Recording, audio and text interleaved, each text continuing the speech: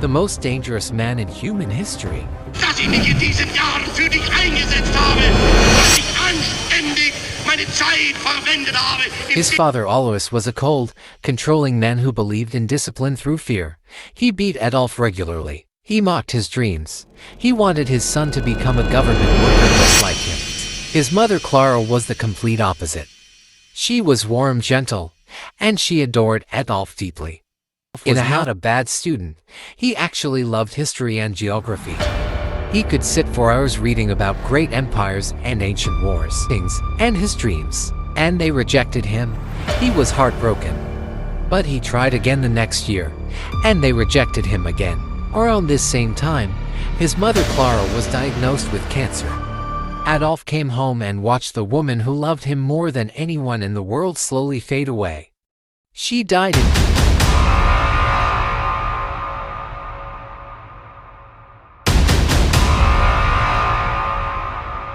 We welcome you to Mr. Shahzaib video. The most dangerous man in human history was once a homeless kid who just wanted to paint pictures.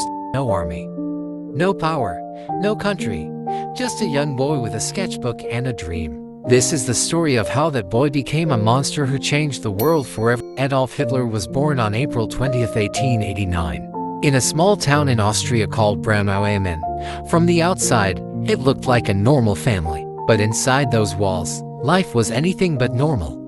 His father Alois was a cold, controlling man who believed in discipline through fear. He beat Adolf regularly. He mocked his dreams. He wanted his son to become a government worker just like him. But Hitler had other plans. His mother Clara was the complete opposite. She was warm, gentle, and she adored Adolf deeply. In a house full of tension and anger, she was his only safe place. And that bond between them would shape him in ways nobody could have predicted. Adolf was not a bad student. He actually loved history and geography. He could sit for hours reading about great empires and ancient wars. But mathematics and sciences bored him completely. His teachers called him lazy. His father called him a failure. But Adolf didn't care because in his mind he was going to be a great artist. When he was 17, he packed his bags and moved to Vienna, the big city, the cultural capital of Europe. He walked into the Vienna Academy of Fine Arts with his paintings and his dreams, and they rejected him. He was heartbroken. But he tried again the next year, and they rejected him again. Around this same time, his mother Clara was diagnosed with cancer. Adolf came home and watched the woman who loved him more than anyone in the world slowly fade away. She died in December 1907, and something inside Adolf Hitler died with her. He went back to Vienna completely broken. No art school, no mother, no plan. He spent the next few years living in homeless shelters and cheap hostels, selling small paintings on the streets just to survive. He was hungry, alone, and humiliated. And during these dark years on the streets of Vienna, his mind started filling up with dangerous ideas. He watched the politics of the city. He listened to angry speeches. And slowly, he started blaming Jewish people for everything wrong in his life and in the world. That hatred never left him. Then World War I started in 1914. Hitler volunteered immediately. And here is the part that surprises most people. On the battlefield, he was actually brave. He ran through gunfire to deliver messages. He was wounded twice. He won medals for his courage. For the first time in his life, he felt like he belonged somewhere. But then Germany lost the war, and for Hitler, that loss was unbearable. He was lying in a hospital, temporarily blinded from a gas attack, when he heard the news of Germany's surrender. He wept. He later said it was the most horrible moment of his life, and he convinced himself that Germany didn't lose on the battlefield. He believed Germany was betrayed from within. He blamed Jewish people. He blamed politicians.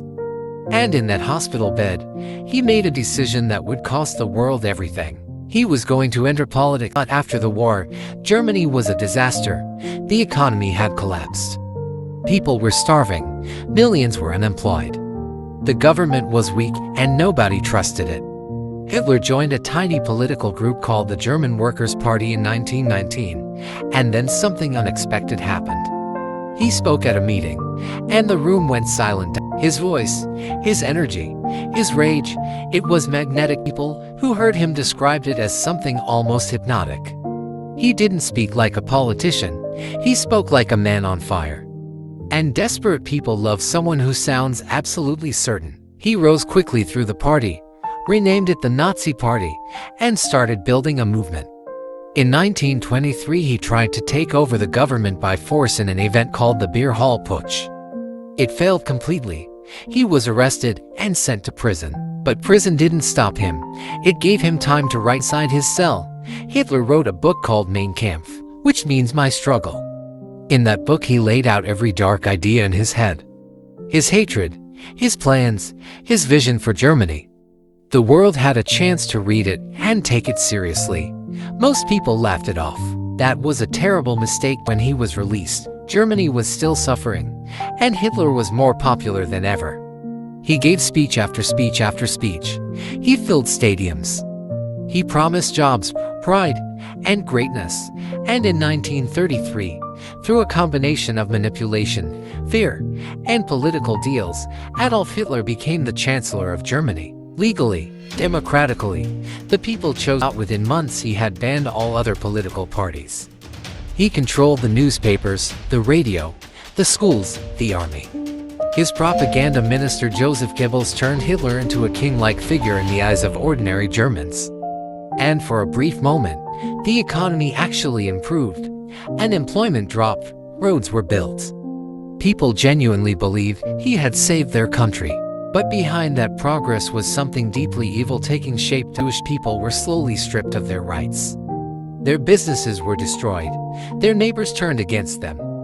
And then came the concentration camps, the gas chambers, the systematic murder of 6 million Jewish men, women, and children in what became known as the Holocaust. One of the darkest chapters in all of human history.